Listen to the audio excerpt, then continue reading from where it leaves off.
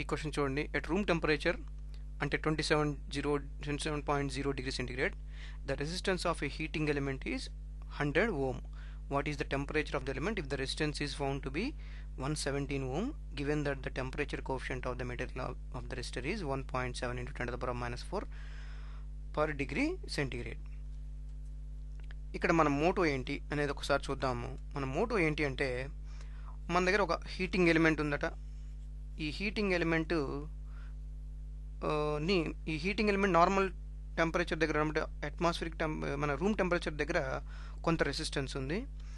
ఇది మనం current connect చేయగానే ఇది హీట్ ఎక్కుతూ ఉంది. ఇది హీట్ ఎక్కుతూ ఉన్నప్పుడు టెంపరేచర్ పెరుగుతూ ఉంది. టెంపరేచర్ పెరుగుతున్నప్పుడు ఒక రెసిస్టర్ యొక్క రెసిస్టెన్స్ కూడా పెరుగుతుంది. ఇది యాక్చువల్గా మనకు తెలిసిన కాన్సెప్ట్. ఒక రెసిస్టర్ యొక్క టెంపరేచర్ పెరుగుతున్నప్పుడు దాని రెసిస్టెన్స్ వాల్యూ పెరుగుతూ ఉంటుంది. అలాగే ఇక్కడ దీని రెసిస్టెన్స్ వాల్యూ పెరిగింది. ఈ పెరిగినప్పుడు దీని యొక్క టెంపరేచర్ ఎంత అని అంటున్నాడు అంటే సెకండ్ టెంపరేచర్ T2 ఎంత అని అడుగుతున్నాడు అనమాట. అది మనం కనుక్కోవాల్సింది మన మోటో. ఇప్పుడు మన మోటో మనకు అర్థమైంది. ఇప్పుడు మనం ఇన్వెస్టిగేట్ అంటే ఏమేమి ఇచ్చారో క్వాంటిటీస్ ఇది మనం కనుక్కుంటానికి అనేది మనం ఒకసారి చూద్దాం. ఎట్ రూమ్ టెంపరేచర్ అంటే T1 degree centigrade 27 degree centigrade ఇచ్చారు మనకి.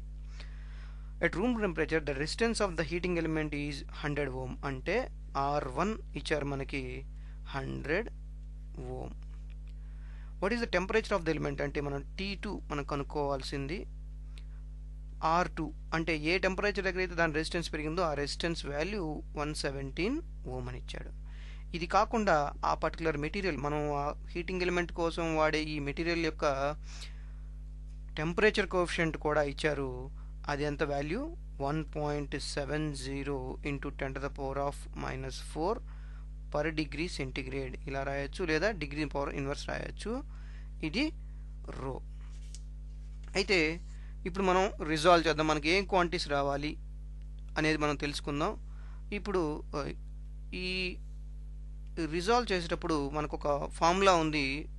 ఒక రెసిస్టర్ యొక్క రెసిస్టెన్స్ మనకు చేంజ్ అవుతున్నప్పుడు దాని టెంపరేచర్తో మనకు ఒక ఫార్ములా ఉంది. అదేంటి అంటే R2 is equal to R1 into 1 plus rho into delta T.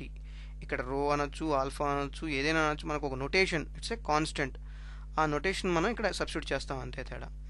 ఇక్కడ మనకు కావాల్సింది ఏంటంటే R2 is equal to R1 into 1 plus rho into ఇది T2 minus T1.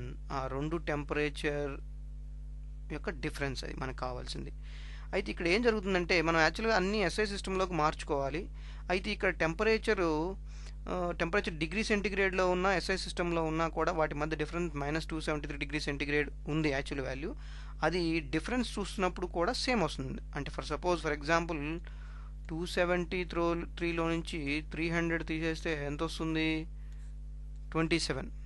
అలాగే ఇప్పుడు నేను దానికి 27 డిగ్రీస్ కలిపితే పై దానికి 300 అవుతుంది, దీనికి 327 అవుతుంది. ఇప్పుడు తీసేసినా కూడా 27 వస్తుంది. అంటే కెల్విన్లోకి మార్చినా సరే టెంపరేచర్ డిఫరెన్స్ అనేది సేమ్ ఉంటుంది. ఇది టెంపరేచర్ డిఫరెన్స్, దీన్ని డెల్టా టీ అంటారు. సో ఈ డెల్టా టీ అనేది ఏదైనా కూడా సేమే ఉంటుంది. కాబట్టి మనం ఇక్కడ ఏ యూనిట్లో వాడినా కూడా ఒకటే. ఇక మనకి ఇచ్చింది చూద్దాం. R2 117 is equal to R1 100 into 1 plus రో 1.7 into 10 to the power of minus 4 into T2 minus 27 degree centigrade. ఇది మనం సబ్స్టిట్యూట్ చేసిన తర్వాత వస్తుంది. ఇప్పుడు ఈ సబ్స్టిట్యూట్ చేసిన తర్వాత మనం ఒకసారి వాల్యూస్ చూద్దాము. ఈ 100ని ఇక్కడ మల్టిప్లికేషన్ చేస్తుంది, ఇటు ఈజ్ ఈక్వల్ టు వదలకి వస్తే డివైడెడ్ అవుతుంది. 117/100 is equal to 1 plus 1.7 into 10 to the power of minus 4 into T2 minus 27 రాసాం. ఇక్కడ ఇది చూడండి, 2 zeros ఉన్నాయి డినామినేటర్లో. సో ఒక రెండు డిజిట్స్ తర్వాత నేను పాయింట్ పెట్టుకుంటాను. 1.17 is equal to 1 plus 1.7 into 10 to the power of minus 4 into T2 minus 27. ఈ 1 ఇటు తీసుకొస్తే మైనస్ అవుతుంది. సో 1.17 minus 1 అంటే మనకి 0.17 is equal to 1.7 into 10 to the power of minus 4 into T2 minus 27. ఇప్పుడు చూడండి, ఈ ఇక్కడ మల్టిప్లికేషన్ ఉంది రెండింటి మధ్య, ఇది ఇటు వస్తే డివైడెడ్ బై అవుతుంది. ఇక్కడ నేను దీన్ని ఏం రాస్తున్నాను అంటే 17 × 10⁻⁻2 బై ఇటు వచ్చిన దీన్ని కూడా 17 రాస్తున్నా అంటే 17 × 10⁻⁵ అవుతుంది, ఈజ్ ఈక్వల్ టు T2 - 27 మిగిలింది మనకి. ఇప్పుడు చూడండి 17 క్యాన్సిల్, ఇక్కడ 10⁻⁻2 ఇది -3 అవుతుంది, ఈ 10⁻³ న్యూమరేటర్లోకి వెళ్తే 10⁻³ అవుతుంది ఇంటూ T2 - 27. సో ఇప్పుడు T2 ఈజ్ ఈక్వల్ టు 1000 + 27 అంటే 1027 డిగ్రీ సెంటిగ్రేడ్ దగ్గర ఉన్నప్పుడు దాని రెసిస్టెన్సు 100 ohms నుంచి 117 ohmsకి మారుతుంది అనేది ఇక్కడ మనం కనుక్కోవాల్సిన విషయం.